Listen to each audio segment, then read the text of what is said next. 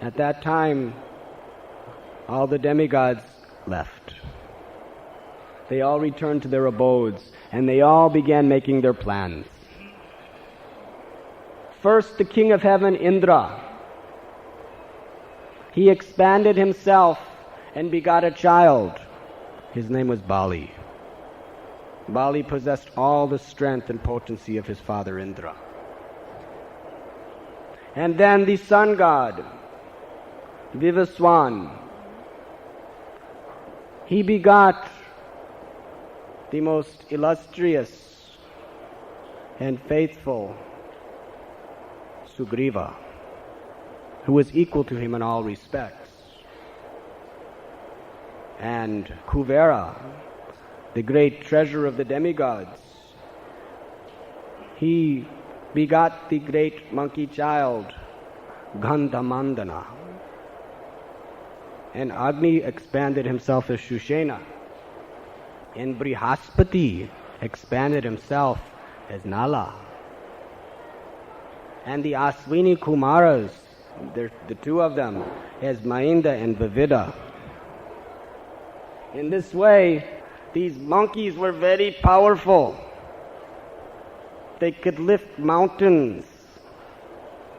They could make the earth tremble by their footsteps. At the end of the sacrifice, Rishishringa took the Mahaprasad, the payasan, and told King Dasaratha that you give this payasan to your wives, and whoever drinks this, Lord Narayan will become their son. So, first Dasaratha divided this prasad in half, and he gave the first half to his principal wife Kausalya, and she drank it. And then he took the other half and divided that in half, and gave half to Sumitra. And then he took that half and divided it into half, and gave half to Kaikeyi, and gave the other half again to Sumitra. Very soon after drinking this divine Mahaprasad, all the three mothers became pregnant. This is the transcendental nature of the appearance of the Lord. He does not have to come into the world through the same medium that we do. Ram was born from the union of his mother eating Mahaprasad. And 1 year after this sacrifice, on the most auspicious time when all the constellations were in perfect order, the Supreme Personality of Godhead appeared as the son of Kausalya in his most beautiful form of Sri Ram. And then Bharat was born of Kaikeyi, and Lakshman was born of Sumitra, and his brother was Satrughna. And these four children, they were none other than the four expansions of Vasudeva, Shankarshan, Pradyumna, and Aniruddha. They were all Vaikuntha Murtis of Sri Hari. It is described that they were so beautiful. All auspicious signs decorated all of them. But of all of them, Ram was the most beautiful. His eyes were like lotus flowers. His every limb was delicate and soft, but at the same time most powerful and strong. His arms extended to his knees.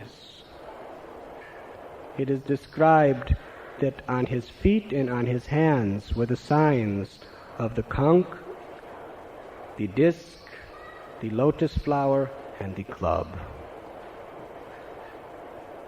And Vashishta Muni performed the birth ceremony, and he also performed the name-giving ceremony.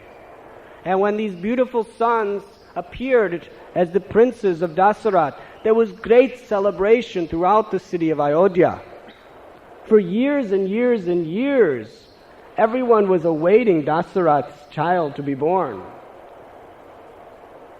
So Dasaratha Maharaj, he was giving tens and thousands of beautiful cows with golden ornaments, golden hooves, and golden horns to the Brahmins.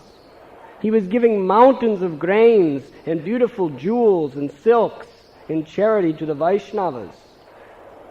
He was preparing sumptuous, wonderful prasad and delivering it to all living beings. In this way, there was a celebration. And all the inhabitants of Ayodhya were singing and dancing. It was a festival that no one has ever seen, all celebrating the beautiful appearance of Sri Ram.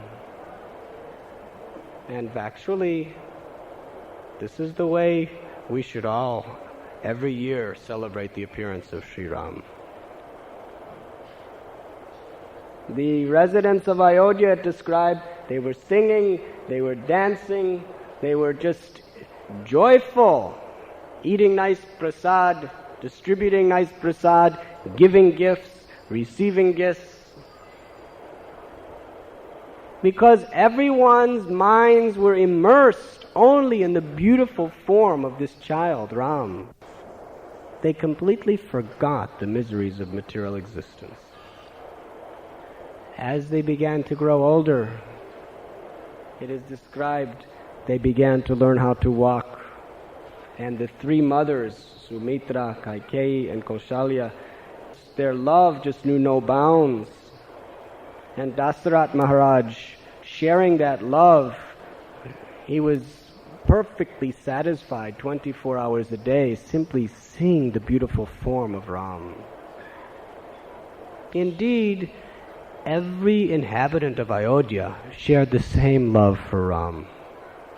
As he grew older, he became most learned in the Vedas, a most expert archer, a most expert charioteer. And the whole city was simply awaiting the auspicious day when he would be coronated as king. You were listening to Radhanath Swami on devotionalnectar.com.